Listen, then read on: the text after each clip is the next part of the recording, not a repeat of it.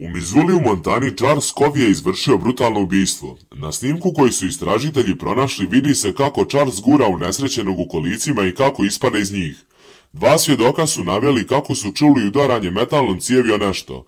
Kasnije su rekli da su pronašli tijelo unesrećenog sa velikom ranom na jednoj strani lica i lokvom krvi sa komadićima lobanje i mozga.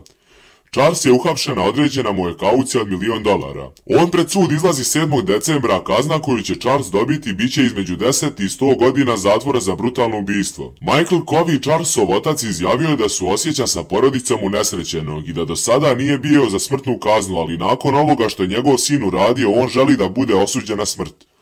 Kako kaže zamjenik okružnog tužioca Brian Lowney, malo je vjerovatno da će se na osnovu trenutnih zakona u Montani ustavno tražiti smrtna kazna. Michael je rekao da je imao manjih problema s alkoholom i zakonom i da je zbog toga odsustvovao u nekim dijelovima Charlesovog života, ali da je on odgojen kao dobro dijete i mladić. Još je dodao da mu se ne može dati nova šansa i da ga treba držati zavezanog lisicama za krevet. Charles je proveo 17 godina u zatvoru zbog krađe automobila i premlaćivanja, a poznato je i privođenje zbog tuče sa Michaelom nakon 23 godine neviđanja, što je ispričao Michaelov prijatelj.